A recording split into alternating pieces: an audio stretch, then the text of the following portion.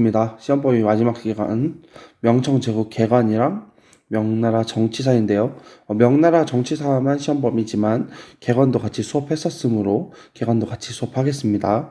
명과 청, 제국 왕조는 다르지만 왕조는 달라요, 각각. 하지만 굉장히 성격은 비슷합니다. 그래서 명청시대라고도 불러요. 명청시대. 명나라 한번 볼게요. 명나라. 건국은 홍무제 주원장이 합니다. 주원장.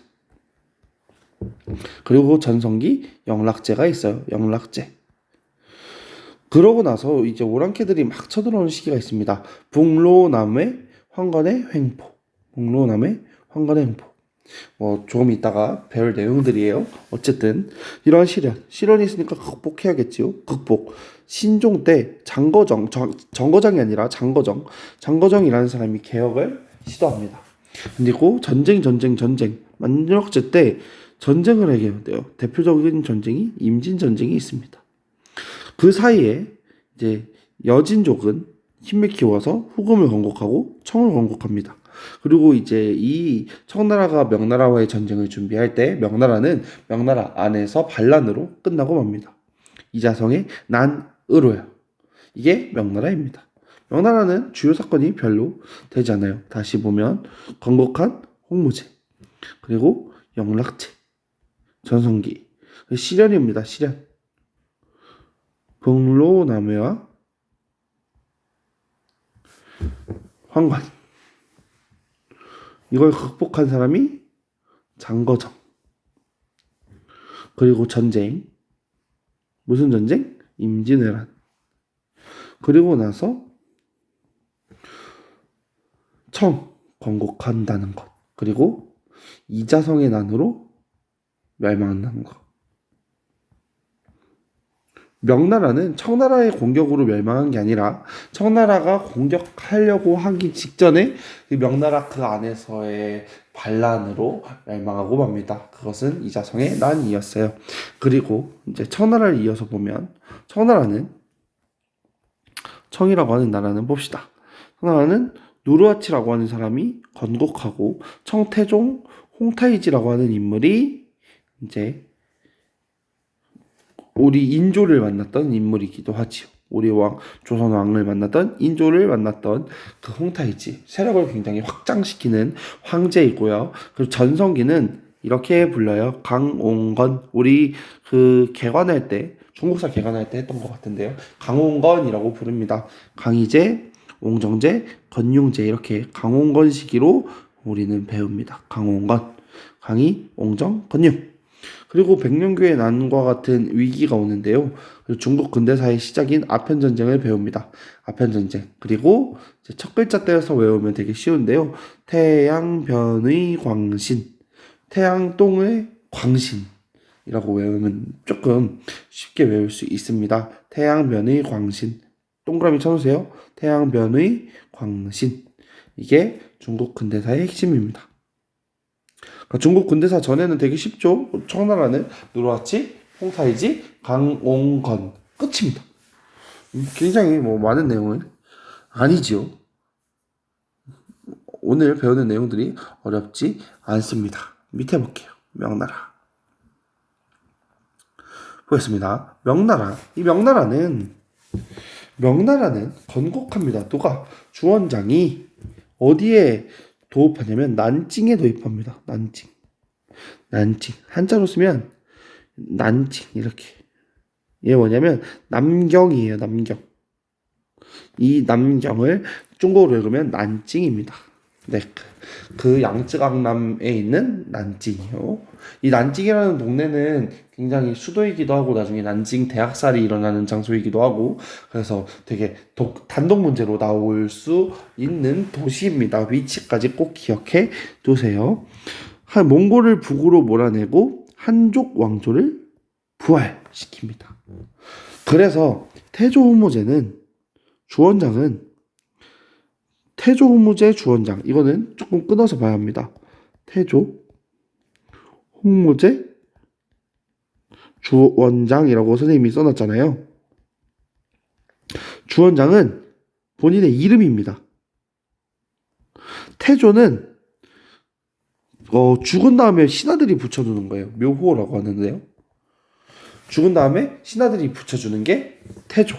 주원장은 본인의 이름, 홍무제는 본인이 연호를 홍무라는 연호를 썼어요.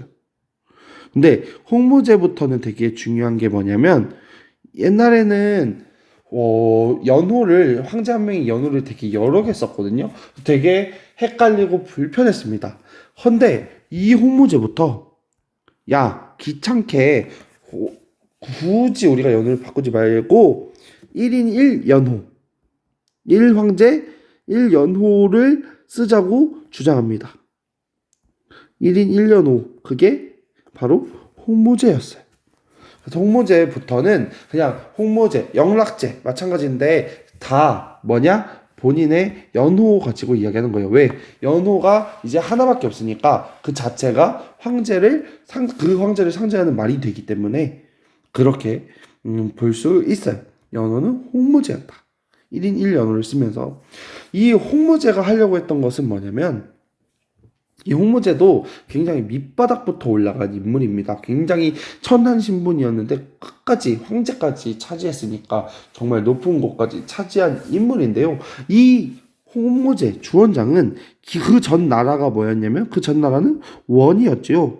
그래서 홍무제의 생각은 원의 색깔을 지우는 게 굉장히 목표였어요. 원 색깔 지우기. 이 중국에 남아 있는 이 오랑캐 같은 말도 안 되는 그 풍습, 습관들을 다 없애려고 노력한 인물입니다. 일단 그러려면 제일 먼저 필요한 게 뭐냐?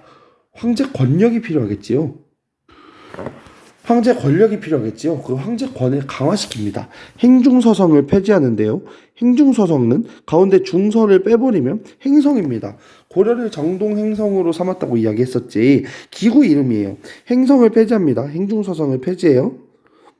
행중서성을 폐지하고 호유용 모반 사건이라고 하는 사건이 있는데요. 이 사건으로 중서성을 폐지해버립니다. 되게 의미 있는 선택지인데요. 여기 CF 사고 써놓읍시다. 중서성 폐지, 미안해요. 중서성 폐지보다 중요한 거 그 다음 거. 재상제도를 폐지했다. 그래서 행정, 군사, 감찰 등 모든 권한이 황제에게로 옵니다. 그리고 육부를 직접 통솔해요. 육부 직접 통솔. 이 두 개는 별표 꼭 쳐놓읍시다. 재상제도 폐지, 그리고 육부 직접 통솔. 황제권 강화하기 위해서 CF하고 써놓읍시다. 재상제도, 재상의 권력 약화. 재상의 권력 약화라고 쓰면 뭐라고 이야기한다? 재상의 권력 약화는 송태조. 조광윤이었죠. 이거 헷갈리면 안 돼요. 재상의 권력을 약화시켰다. 이건 송나라 태조입니다. 그 명나라와 태조 홍무제는 재상의 제도 자체를 아예 없애버렸고요. 육부를 직접 통솔합니다. 그래서 모든 권한을 황제로 가게 해요. 그리고 이러려면 돈이 필요합니다. 재정을 확보하기 위해서 어린 도책과 부역 황책, 황무지 개간을 실시하는데요. 어린 도책은 뭐냐면 물고기 비늘처럼 어떤 토지를 어떤 사람이 주인인지를 써놓는 책입니다. 토지 대장. 그게 어린 도책이고요. 부역 황책은 호적 대장입니다. 사람 수 세는 거. 그리고 황무지를 개간시켰어요. 그 다음에 이제 이 원나라 색깔 지우기의 일환으로 이 명태조는 율령을 정비했고요. 대명률, 이제 흐트러졌던 한족의 법을 정비하고 향촌 조직을 정비했어요. 이갑제라는 제도를 통해서요. 이갑제, 무슨 갑제? 이갑제.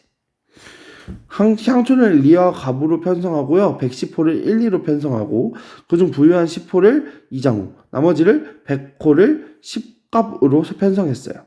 1. 이장우와 갑수호가 세금 징수, 치안 유지, 수지 시설 정비 등을 담당했다. 이거 밑줄 쳐놓을까요? 세금 징수, 치안 유지, 수지 시설 정비. 이게 이갑제의 핵심 이유입니다. 세금을 징수하고 수리시설 정비하고 치안 유지하려고 이갑제라고 하는 제도를 만든 거거든요. 이 이갑제는 돌아가면서 마을에 중요한 일을 한다고 하면 돼요. 110호가 하나로 묶어가지고 돌아가면서 이러한 일을 했어요. 세금을 징수하고 치안 유지하고 수리시설 정비하고 그러면서 서로 원나라의 색깔을 지우는 모습들을 보여줍니다. 원나라 풍습을 하지 못하게 한다거나 원나라처럼 살지 못하게 한다거나 하는 모습들을 보여줍니다. 서로 통제하는 역할도 했겠죠. 향촌 조직을 정비한다. 이갑제로 징제랑 치안, 민중 교화하기 위해서. 그리고 유교를 진흥합니다. 기존에는 이제 몽골 시대에는 유교가 굉장히 제대로 작동하지 않은 시기니까 과거 제도를 부활하고 학교 교육을 강화하고 육유를 반포해요. 6개의 유교 도덕인데요. 이거를 민중에게까지 보급합니다. 유교 도덕을 민중에게, 일반 민중까지도 보급하는 것. 그게 유교 진흥이고요. 해금 정책을 실시해요. 해금. 해는 바다 해자입니다. 금은 금지하다 할 때 금자예요. 금지하다 금자. 바다 쪽으로 나아가는 걸 금지시켰습니다. 대외교역을 통제해요. 안 돼! 대외교역 안 돼! 라고 이야기하고 조국무역을 강화하며 감환무역을 실시합니다. 이게 명태조 홍무제예요. 어려운 내용은 없지만 구조화해서 외울 필요는 있을 것 같아요. 황제권 강화, 재정 확보, 어린도 체포 역항제, 율령 정비, 대명률, 향순 조직 정비, 이갑제, 유교 진흥, 육유, 과거, 학교 교육, 해금 정책, 바다로 나가는 것 금지, 감환무역 실시 라는 내용들을 우리는 살펴봤던 것 같습니다. 넘어가겠습니다. 이러한 홍무제, 이 이야기를 안 할 수가 없는데요. 주원장은 다음 왕위를 다음 황위를 태자, 장자한테 주려고 했어요. 나머지 이 장자가 아닌 애들은, 여러 아들들은 다 지방의 왕으로 봉해버립니다. 그 중에 정말 황제 권력을 노렸던 영락제라고 하는, 나중에 영락제가 되는 주체라는 인물이 이 베이징 부근의 지역에 이제 왕이 됩니다.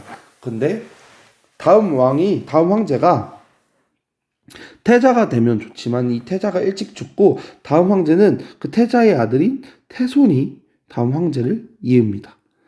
그의 이름은 주윤문이고요. 건문제입니다. 건문제. 이 건문제는 그가 봤을 때 이 주체는 누구였냐면 삼촌이었겠죠. 그가 봤을 때 이 삼촌은 굉장히 어떤 사람이냐면 능력 있고 자신의 황제의 자리를 차지할 것만 같은 그런 인물이었기 때문에 먼저 선빵을 날리지만 아쉽게도 이게 이 주체한테 연락이 먼저 가면서 주체가 정난의 변이라고 하는 것을 명분으로 삼아서 이 공격하기 시작합니다. 정난의 변.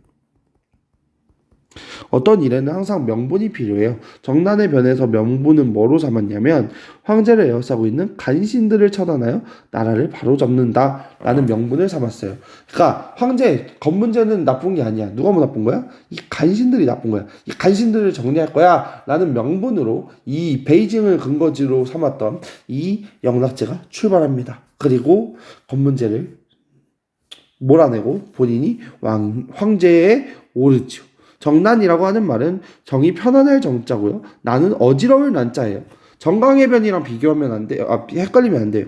정강의 변은 송나라를 멸망시키고 이제 남송 시대를 만든 게 이제 이 정강의 변이라고 한다면 정난의 변은 이 영락제가 본인의 권력을 차지하는 시기가 이 정난의 변이지요.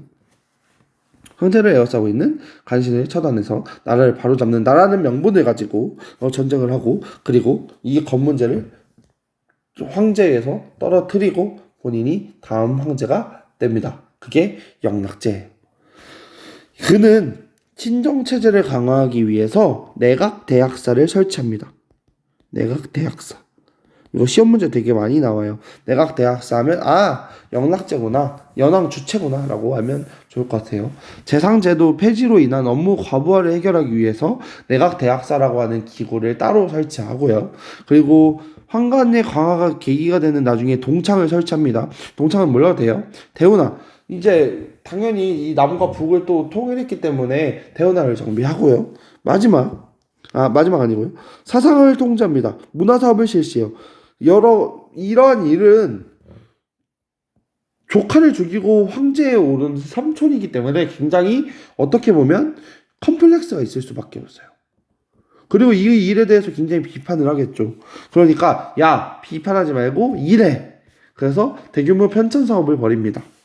성리대전이나 영락대전을 완성하게 돼요. 성리대전은 성리학 관련된 이 사료를 모아놓고 정리한 책, 성리대전.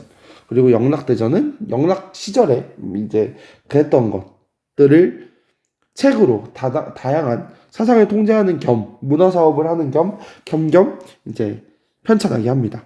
그리고 이 영락제는 본인의 근거지였던 이 정난해변의 현장을 빨리 벗어나고 싶었겠지. 그것은 바로 어디? 자기의 근거지였던 베이징. 수도를 베이징으로 천도하고요. 베이징의 자금성을 건설합니다. 이게 영락제의 내치예요. 영락제의 외치를 보면 정난해변에 대한 비난을 대외 발전으로 한라고 표현했는데 이러한 사건은 사실 우리나라에도 있었어요. 누구? 조선 세조. 단종을 죽이고 왕위에 오르잖아. 그러면서 굉장히 죄책감도 많이 빠지고 되게 힘들어했다는 모습도 보여주는데요. 막 피부병도 있고 막 그래서 막 종교에 막 귀의하기도 하고 막 그런 모습을 보여줍니다. 어쨌든 조선 세조. 비슷했고 이 조선 세조도 굉장히 막 되게 막 컴플렉스도 있고 되게 미안한 마음으로 살았다고 해요. 이러한 일을 할 때 이 조선 세조 너 뭐하냐? 네가 뭔데 단종을 죽이고 왕위에 오르냐? 너는 왕이 아니라 나에겐 나으리다 라면서 끝까지 저항했던 인물들이 있어요. 사육신, 생육신, 죽어서 단종에게 그 절개를 더 지키고 이 세종한테는 절대 굽히지 않는 모습을 보여주는 사람들도 있었습니다. 권력에 굽히지 않는 사람들, 사유신, 생유신도 있었어요. 이 마찬가지겠죠. 이 영락제의 행위에 대해서 조카를 죽이고 황제에 오른 이 영락제도 비판을 당연히 했겠죠. 그래서 이 비판을 잠재우기 위해서 바깥으로 굉장히 많이 나갑니다. 이거는 역사적으로 굉장히 비슷한 일들이 굉장히 많아요. 동유형이 반복되는 건데요. 어쨌든 북방 원정합니다. 몽골 타타르 오이라트 부족을 정복하고요. 안남과 미얀마도 정복합니다.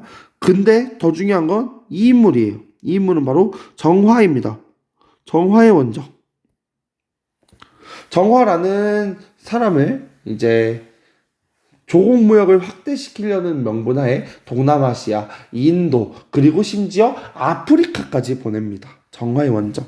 아프리카에서 중국인들은 상상 속의 동물을 만나게 돼요. 그 상상 속의 동물은 목이 길고 다리가 긴 동물이었어요. 그 동물은 바로 기린입니다. 중국인들은 아프리카 기린 말고 그냥 상상 속의 동물을 만들고 있었어. 그건 뭐냐? 목이 길고 다리가 긴 동물이야. 근데 이거는 존재하면 안 되는 동물인데 이 정화가 어디까지 가서 아프리카에 가보니까 그 동물이 실제로 있는 거야. 지금 막 비유를 해보자면 지금 전체가 존재하지 않는 동물들 있잖아요. 용, 유니콘 이런 거. 이게 막 대통령이 정치를 잘하면 이러한 동물이 막 나타난대. 막 이런 소문이 있었어. 대통령이 정치를 잘하면 뭐 유니콘이 하늘에서 내려오는데 유니콘이 막 날아다니는데 유니콘이 존재한대 라는 소문이 있었어. 근데 진짜 다른 나라에 가보니까 그런 동물이 있는 거야. 그럼 잡아오겠지. 그럼 우리 딱 대한민국에 딱 놓으면 뭐 이럴 거 아니야. 아, 문재인이 정치를 잘해서 이런 유니콘도 나타났다 라는 이렇게 표현할 거 아닙니까? 지금 21세기에도 그럴 것 같아요. 당신은 얼마나 심했겠어요. 황제가 정치를 잘하면 중국인들은 성스러운 사람, 황제가 정치를 너무 잘하면 기린이 나타난다고 믿었어요. 이거는 기린이라는 존재가 이 세상에 없을 줄 알고. 근데 아프리카에 갔더니 기린이 떡하니 등장을 해버린 거. 촉촉.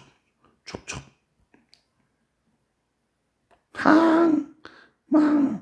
그래서 이 기린을 정화가 끌고 옵니다. 그리고 이 정화가 다시 명나라로 돌아왔을 때 영락제는 못 믿었다고요. 처음에는 무슨 기린이야? 내가 이거 이렇게 내가 조카도 죽이고 황제에 올랐는데 나는 쓰레기야. 막 이런 생각을 가졌을 텐데 그 기인을 보고 뒤로 자빠졌다 그래요. 내가 정치를 잘하고 있구나. 라면서 그 컴플렉스가 좀 사라지는 계기가 됐다고도 합니다. 이 정화의 원정. 되게 역사적으로 의미가 있는 사건이에요. 옆에 선생님이 삼보묘랑 몰라카 왕국을 적어놨는데요. 삼보묘는 정화의 무덤 이름입니다. 정화의 무덤이 삼보묘고요. 동남아시아에 굉장히 많아요.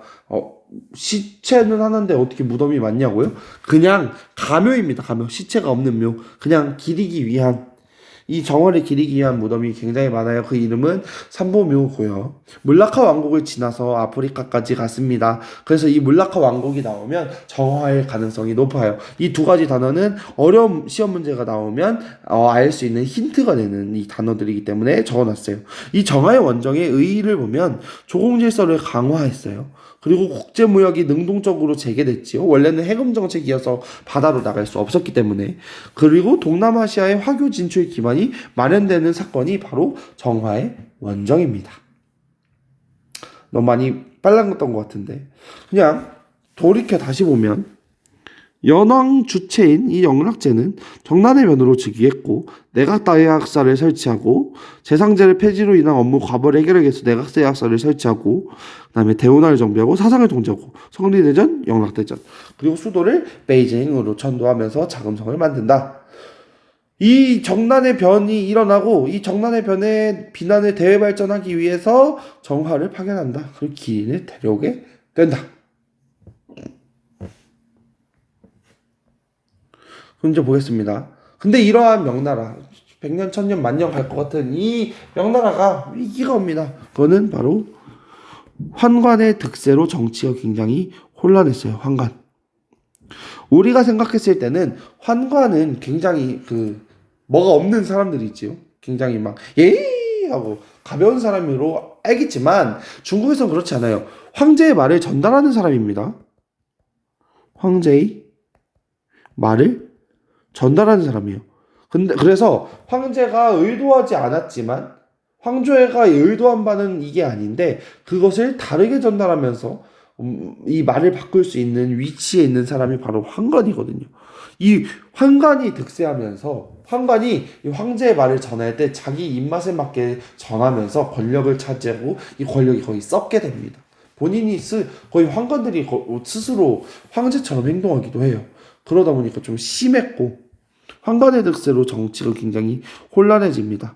거기다가 바깥으로는 북로남회라는 북로남회인 상황이 일어나는데요. 북쪽 오랑캐예요. 몽골 오랑캐를 로라고 하고요. 남쪽에는 웨입니다. 웨. 이거 뭐냐? 외놈들 할 때 그 웨예요. 이 오랑캐라는 말은 선생님이 이야기했죠. 이 오랑캐라는 말은 생긴 건 사람인데 개새끼다 라고 이야기했어요. 오랑캐 같다라는 이 개새끼 같은 놈들아 라는 거랑 똑같아요. 북쪽에는 북방 오랑캐, 남쪽에는 남방 오랑캐가 와서 굉장히 시끄럽던 시절. 그게 실현이에요. 북방의 몽골과 동남해안에 왜구가 침입합니다. 왜구는 무르마치 막부의 지방 통제력이 약화돼서 대명 무역권을 둘러싼 상인군의 패권 싸움으로 이제 나타나게 되는데요. 뭐 엄청 중요한 건 아닙니다. 동아시아사에서는 되게 이 내용이 중요한데 이 세계사 중국사에서는 조금 가볍게 나오는 경향이 없지 않아 있어요. 어쨌든 내외로 굉장히 혼란하던 시기입니다. 그래서 명나라 신종 때 장거정이라고 하는 사람이 개혁을 합니다. 그 개혁은 이갑제가 붕괴하고 북로남의 내각정치, 황관정치인 아주 쓰레기 같은 상황 속에서 개혁을 한 인물인데요. 행정적인 개혁도 했습니다. 막 관학을 진흥한다거나 몽골과의 강화를 한다거나 했지만 제일 중요한 건 이 북로남에 하면서 이 돈이 부족했던 이 명나라를 세금제도를 개편합니다. 세금제도는 1조 편법이에요. 1조 편법을 확대 실시합니다. 이거 별표 착 쳐놓고 옆에 볼게요. 1조 편법. 명말기 내각대학세야 장거정이 토지조사를 토대로 확대 실시한 제도다. 수십 가지에 달하던 세금을 통합해서 각 호의 토지세, 지세랑 성년 남자 수, 정세로 세금을 나눕니다. 세금을 이렇게 땅에 대한 세금이랑 성인 남자에 대한 세금으로 딱 나눠버려요. 원래는 세금이 어땠지? 원래 기존의 세금 제도는 당나라 때 조용주였다가 안사에 난 후반에 어떤 세금 제도로 바뀌었냐면 양세법으로 바뀌었죠.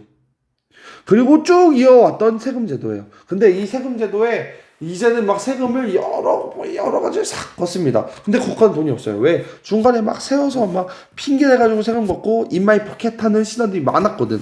그 세금을 딱 두 가지로만 딱 정리하고 다른 세금을 걷질 않아요. 두 가지 세금은 뭐냐?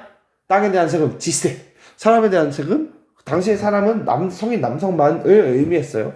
성인 남성에 대한 정세, 지세로만 딱 나누어서 부과하고요. 그리고 이 세금을 뭘로 납부하게 했냐면 은으로 납부하게 했습니다. 실버. 은으로 납부하게 한 게 이 1조 편법이에요. 세금을 여러 가지 세금을 지세와 정세로 합치고 이것을 은으로 내겠습니다. 이 은은 어디서 왔냐? Where are you from? 하면 이 은은 I'm from 아메리카라고 할 거예요. 유럽이 시장로 개척을 하면서 유럽이 대항해 시대가 열리면서 아메리카로 이동했고 그 아메리카에서 은을 가져와서 그 은을 중국으로 가져가서 차랑 비단 도자기를 막 사가는 거예요. 그래서 그 중국 안에서는 은이 굉장히 많이 돌았고 그래서 이 은으로 세금을 납부하게 합니다. 이게 1조 편법이에요. 돈이 막 부족했는데 이 장거정의 개혁으로 돈이 막 늘어나요. 그러니까 미 만역제라는 사람은 돈이 부족해서 우리가 전쟁을 못했었는데 전쟁해야겠다. 전쟁을 엄청 합니다. 전쟁. 보바이의 난, 양흥룡의 난 몰라도 됩니다. 그냥 이런 난이 있었다 정도. 보바이의 난, 양흥룡의 난, 다음에 임진왜란에 참여합니다. 명나라가 당시에는 조선이랑 일본이 짜고 치는 고스톱인 줄 알고 막 적극적으로 개입하지 않다가 막 개입을 해줍니다. 임진왜란은 이순신이 막아낸 것도 맞지만 사실 명나라가 막아준 거예요. 솔직히 말해서. 이순신의 효과 그리고 의미도 당연히 크지만 명나라의 지원군이 없었다면 멸망했겠지요. 조선은 이 지구에 사라졌겠지. 어쨌든 외란 때 이 중국이 막 도와줍니다. 도와주면서 오히려 또 재정난에 허덕이게 됩니다. 돈이 부족해서 장거정이 개혁을 해놔서 돈을 모아놨더니 그 돈을 전쟁하는데 다 써버리고 결국 힘이 약해졌다. 외란에 참여해서 힘이 약해졌다. 이런 와중에 여진족이 막 움직입니다. 후금을 건국하고 청을 막 건국해요. 그러면서 이 청 건국한 이 청 바로 명나라를 공격하려고 했지만 좀 준비 막 에너지 입하 그 기모는 그런 와중에 명나라는 스스로 멸망하고 맙니다. 가혹한 세금 징수, 기근으로 농민봉기가 발생하고요. 그래서 이자성의 난으로 멸망하고 마는 게 명나라입니다. 되게 많은 내용을 다루었는데 한번 다시 살펴볼게요. 명나라, 원나라의 색깔을 지우려 했던 홍모제 우리 살펴봤어요. 황제권을 강화하고 재정을 확보해서 요령을 정비하고 이갑제를 실시하거나 유교를 진흥하려는 했던 모습, 해금 정책을 하려고 했던 모습, 이 홍모제의 모습을 보았고 그리고 안으로는 정난해변으로 즉위하고 내각다각사 설치하고 베이징으로 수도를 전도하는 영락제, 이 영락제는 정난해변의 비난을 대발전으로 풀기 위해서 정화라는 사람을 보내고 이러한 정화는 기린을 가져오면서 딱 이 영락제의 니즈를 충족시켜주고 그런 와중에 실현으로 옵니다. 황간의 황간정치 그리고 분호남에 그래서 이것을 개혁하려고 했던 힘을 장거정 돈을 막 모아놨더니 그 돈으로 쓰는 만역제 전쟁 중에 핵심 전쟁 외란 전쟁입니다. 근데 임진왜란이 아니라 임진전쟁이죠. 그냥 단순히 외놈들의 난리가 아니라 이거는 동아시아를 뒤흔드는 정말 대표적인 사건이었거든요. 그러는 와중에 명나라는 다른 데에 팔려있는 와중에 후금을 건국하고 청을 건국하면서 막 나아갔고 이 청이 명나라를 치기 이전에 명나라는 스스로 농민봉기 일어나서 이자성의 난으로 멸망하고 만다는 것. 오늘 내용은 지금 내용은 굉장히 길었네요. 하지만 꼼꼼히 정리해두세요. 시험법이 마지막이었습니다. 수능특강 문제풀이도 당연히 올려줄 거예요. 열심히 공부하시고요. 좋은 결과 있길 바랍니다. 오늘 여기까지 하겠습니다. 굿!